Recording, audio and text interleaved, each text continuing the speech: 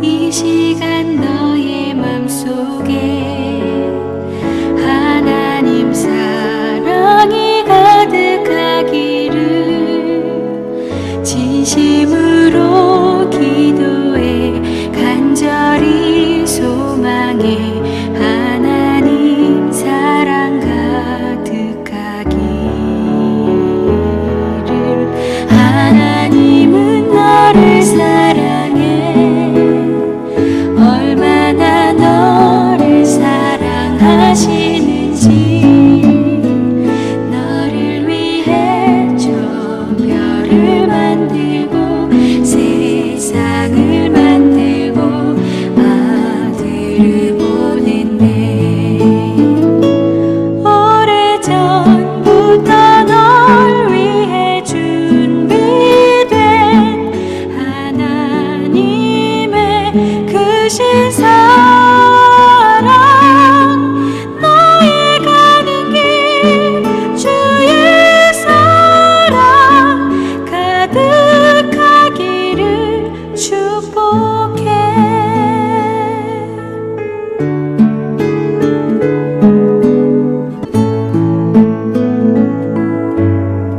힘든 일도 있겠지만 나 그때마다 늘 함께 할게. 하나님 보이신 큰 사랑으로 나 또한 너를 사랑해. 오래전부터 널 위해 준비된 하나님의 크신 사랑 너의 가는 길 주의 사랑 가득하기를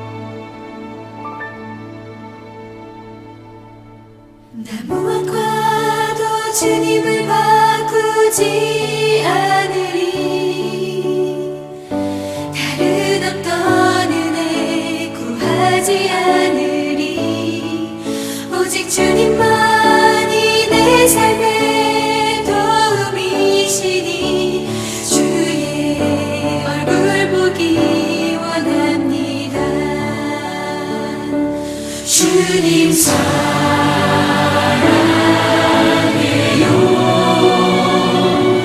온 마음과 정성 다해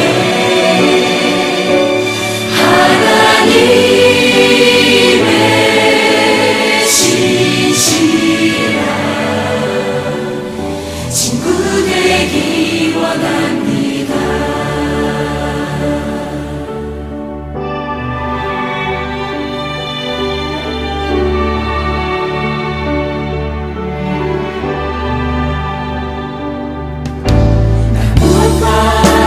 주님을 바꾸지 않으리.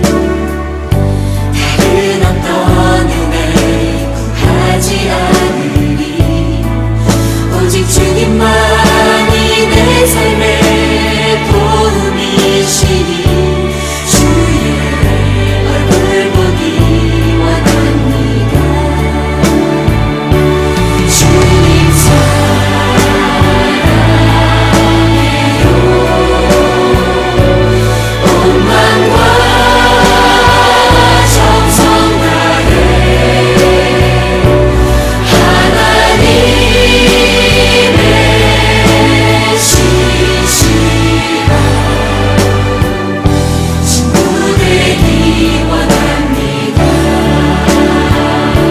주님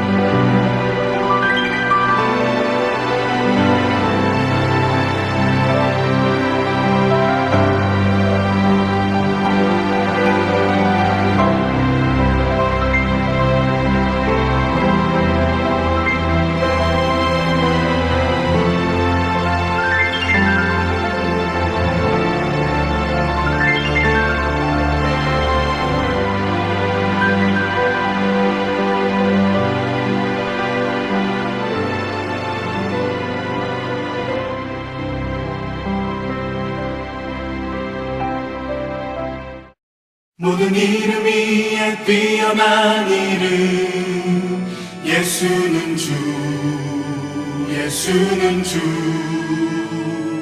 모든 무릎 꿇고 경배를 드리세 예수는 만유의 주님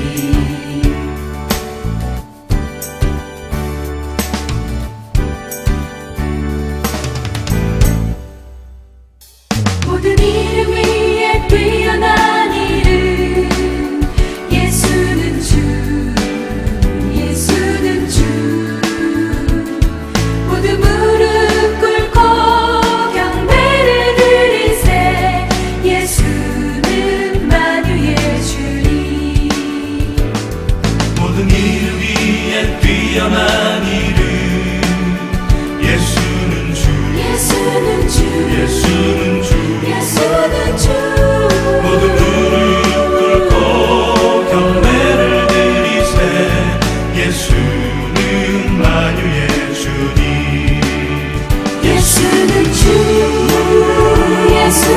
주 온천하 만물 우러러 그 보좌 영광을 돌리세 예수 예수 예수는 주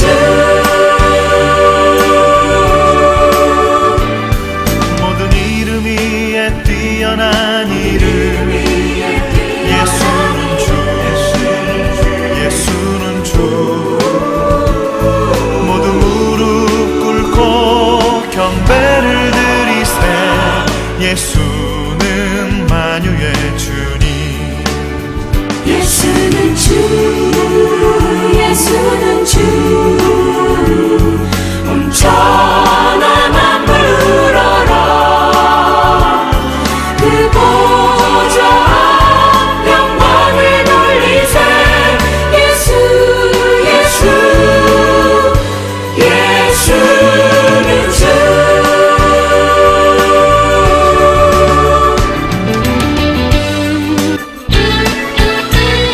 모든 이름 위에 뛰어난 이름 예수는 주 예수는 주 예수는 주 예수는 주 모든 무릎 꿇고 경배를 드리세 예수는 만유의 주님 예수는 주 예수는 주 예수는 주 온천하 만물 우러러 그 보좌 영광을 돌리세 예수 예수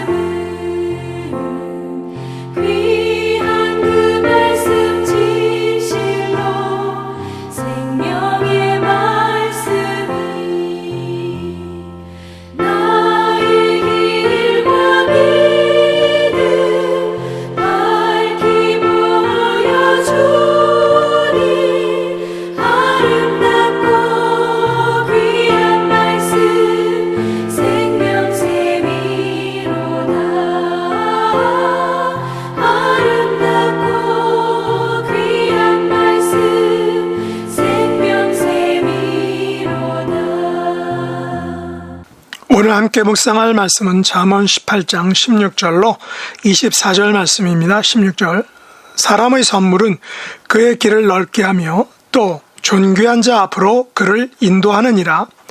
송사에서는 먼저 온 사람의 말이 바른 것 같으나 그의 상대자가 와서 밝히느니라.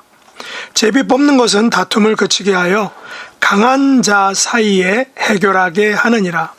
노엽게 한 형제와 화목하기가 견고한 성을 취하기보다 어려운즉 이러한 다툼은 산성 문빗장 같으니라. 사람은 입에서 나오는 열매로 말미암아 배부르게 되나니 곧 그의 입술에서 나는 것으로 말미암아 만족하게 되느니라. 죽고 사는 것이 혀의 힘에 달렸나니 혀를 쓰기 좋아하는 자는 혀의 열매를 먹으리라. 아내를 얻는 자는 복을 얻고 여호와께 은총을 받는 자니라. 가난한 자는 간절한 말로 구하여도 부자는 엄한 말로 대답하느니라. 많은 친구를 얻는 자는 해를 당하게 되거니와 어떤 친구는 형제보다 친밀하니라. 아멘. 오늘 말씀의 제목은 인생 짬밥이 주는 교훈입니다. 오늘 말씀은 인생 짬밥을 많이 먹은 잠언 기자, 다시 말해 솔로몬이 주는 몇 가지 교훈의 말씀입니다. 본 잠언을 기록한 솔로몬 왕은 수많은 다양한 경험을 통하여 자신이 배운 삶의 지혜를 사람들에게 알려준 왕입니다. 특별히 그는 하나님으로부터 지혜를 선물로 받아 온갖 지혜에 대한 교훈들을 내놓았습니다. 16절에 보면 솔로몬은 사람의 선물이 가지는 긍정적인 면에 대해서 말하고 있습니다. 사람의 선물은 그의 길을 넓게 한다라는 것이죠.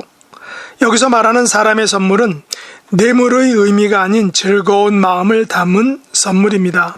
물론 뇌물도 때로는 그의 길을 넓게 하기도 하죠. 그러나 뇌물은 경우에 따라서는 제공받는 사람에게 족쇄가 될 수도 있습니다. 또한 제공하는 사람도 법적인 문제로 재판을 받을 수 있는 것입니다. 그러므로 뇌물은 탈을 낼 수 있는 뇌관이 되는 것입니다. 그러나 여기서 말하는 사람의 선물은 뇌물의 성격이라기보다는 즐거운 마음, 감사의 마음을 담은 선물 혹은 그래서 기프트 혹은 프레젠트 라는 의미를 가질 것입니다. 물론 기프트는 선물, 증여물, 기증품이라고 번역을 하고 프레젠트는 선물, 선사, 예물로 구분하기도 합니다. 다시 말해서 기프트는 격식을 차려서 주는 물건을 의미하고 프레젠트는 개인적인 친분으로 주는 가격이 비싸지 않은 선물을 의미한다고 영어는 구분합니다. 그렇다면 뇌물의 성격이 아닌 기프트 혹은 프레젠트는 잠언 기자의 말처럼 그의 길을 넓게 하며 그를 존귀한 자 앞으로 인도할 수 있는 것입니다. 그러므로 우리는 선물을 지혜롭게 사용할 수 있어야 할 것입니다. 17절에서 잠언 기자는 송사에서 먼저 온 사람의 말과 그의 상대자의 말이 다를 때에 대해서 이야기합니다. 먼저 온 사람은 자기에게 유리하게 말하겠죠. 그러나 그의 말은 상대자가 와서 하는 말과 일치해야 할 것입니다. 먼저 왔다고 해서 자기에게 유리한 말을 하고 상대자에게 불리한 말을 한다면 그것은 더욱 깊은 갈등을 야기하며 법적인 다툼과 소송거리가 될 것입니다. 그러므로 송사에서는 먼저 말했다고 유리한 것이 아니라 그 말에 대한 증명 혹은 입증할 수 있는 단서나 물증이 있어야 하는 것입니다. 모든 사람은 자신에게 유리하게 생각하고 말하려고 합니다. 그러나 그 말이 입증되지 않는다면 그 말은 신뢰를 잃게 될 것입니다. 그러므로 송사에서는 바른 말을 하는 것이 최선이다라는 것입니다. 그래서 성경은 모든 입증은 두세 사람의 증인을 필요로 한다라고 말하고 있는 것입니다. 우리는 먼저 왔다고 해서 나에게 유리한 말을 하기보다는 입증되는 말, 사실에 가까운 말을 함으로 비록 그 말을 통해서 내가 조금 손해를 본다 할지라도 바른 말을 통해서 우리의 삶의 모습을 바로 세워 가야 할 것입니다. 18절에서 제비 뽑는 것이 가지는 유익에 대해서 이야기하고 있습니다. 제비 뽑는 것은 다툼을 그치게 한다라고 말합니다. 또 약한 자나 강한 자가 싸우면 당연히 강한 자가 이기겠죠. 그러나 제비 뽑는 것은 이 약한 자와 강한 자의 그 차이를 넘어설 수 있게 한다는 것입니다. 그러나 모든 싸움과 분쟁은 힘으로 해결되면 옳지 않을 것입니다. 그래서 성경은 제비 뽑는 하나님의 방식에 대해서 이야기를 하였습니다. 제비 뽑기가 바로 하나님의 방식이라는 것입니다. 그래서 한국교회에서는 이 제비 뽑기 방식으로 교단의 총회장을 선출하였던 것입니다. 다시 말해서 부총회장을 선출하는 과정에서 사람들이 돈으로 표를 사는 부정선거를 일삼으니까 그 부정선거를, 금권선거를 근절하고자 제비 뽑기로 부총회장을 선출하였던 것입니다. 부총회장에 선출되면 부총회장은 당연직으로 총회장에 선출되기 때문에 이 부총회장 선출에 많은 금권선거로 많은 부정이 저질러졌던 것입니다. 그러나 하나님께서 친히 제비 뽑으시는 것과 사람이 제비 뽑는 것은 분명한 차이가 있다라는 것입니다. 그래서 한국에서도 이 제비 뽑기로 부총회장을 선출한 것에 대해서 반대 여론이 많이 일어난 것을 볼 수 있습니다. 그러므로 우리는 모든 것들과 모든 상황들을 하나님의 손에 의탁하고 기도하고 하나님께서 친히 뽑으시고 행하시고 이루어 나가시기를 위해서 우리가 기도하며 간구해야 하는 것입니다. 19절에서는 노엽게 한 형제와 화목하기가 견고한 성을 취하기보다 어렵다라고 말합니다. 이러한 다툼은 산성 문빗장같이 열리기가 어렵다는 것입니다. 사람들은 노여움을 가지게 되면 그것을 풀기가 어렵습니다. 소위 자존심을 건드린 노여움이라면 더욱 그럴 것입니다. 물론 노엽게 한 정도는 차이가 있을 것입니다. 작은 것에도 노여움을 가지는 사람이 있고 큰 것에도 노여움을 덜 가지는 사람이 있습니다. 그럼에도 불구하고 사람을 노엽게 하면 문제가 꼬이고 관계가 비틀어지는 것입니다. 그래서 인간관계가 매우 어렵고 신중할 수밖에 없는 것입니다. 사람의 말은 아가 다르고 어가 다르듯이 아주 사소한 것에도 노여워하는 사람이 있는 것입니다. 그러므로 우리는 너그러운 마음을 가지도록 기도해야 할 것입니다. 물론 다른 사람의 마음과 기분을 노엽게 하지 않도록 우리가 하나님께 지혜를 간구해야 합니다. 그래서 잠언 기자는 20절과 21절에서 이렇게 말하죠. 사람은 입에서 나오는 열매로 말미암아 배부르게 되나니 곧 그의 입술에서 나는 것으로 말미암아 만족하게 되느니라. 죽고 사는 것이 혀의 힘에 달렸나니 혀를 쓰기 좋아하는 자는 혀의 열매를 먹으리라. 우리는 입의 말과 입술에서 나오는 모든 것들을 주의하고 지혜롭게 말해야 하는 것입니다. 왜냐하면 죽고 사는 것이 혀의 힘에 달렸고 혀를 쓰기 좋아하는 자는 혀의 열매를 먹게 되기 때문입니다. 마지막으로 24절에서 많은 친구를 얻는 자는 해를 당하게 되거니 어떤 친구는 형제보다 친밀하다라고 말합니다. 이것은 친구가 많은 것이 중요한 것이 아니라 좋은 친구를 가지는 것이 중요하다는 것입니다. 친구는 하나님께서 우리에게 주신 이 땅의 가장 좋은 선물 중 하나입니다. 여기서 친구는 나이와 성별이 차이를 따지지 않습니다. 성경에서 친구의 굿 모델 케이스는 다윗과 요나단이죠. 사무엘상 18장 1절에 보면 요나단은 다윗을 자기 생명같이 사랑했다라고 이렇게 말합니다. 이 세상 누가 자기 생명같이 친구를 사랑할 수 있을까요? 과연 우리는 내 생명같이 사랑하는 친구가 있습니까? 혹은 나를 생명같이 사랑해주는 친구가 있는가 하는 것입니다. 우리는 이 세상에서 다윗과 요나단 같은 우정을 만들도록 기도해야 할 것입니다.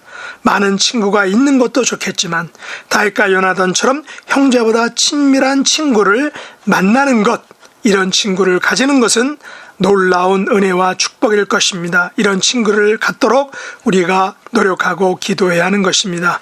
말씀을 맺겠습니다. 우리는 모든 것에서 연약하고 부족합니다.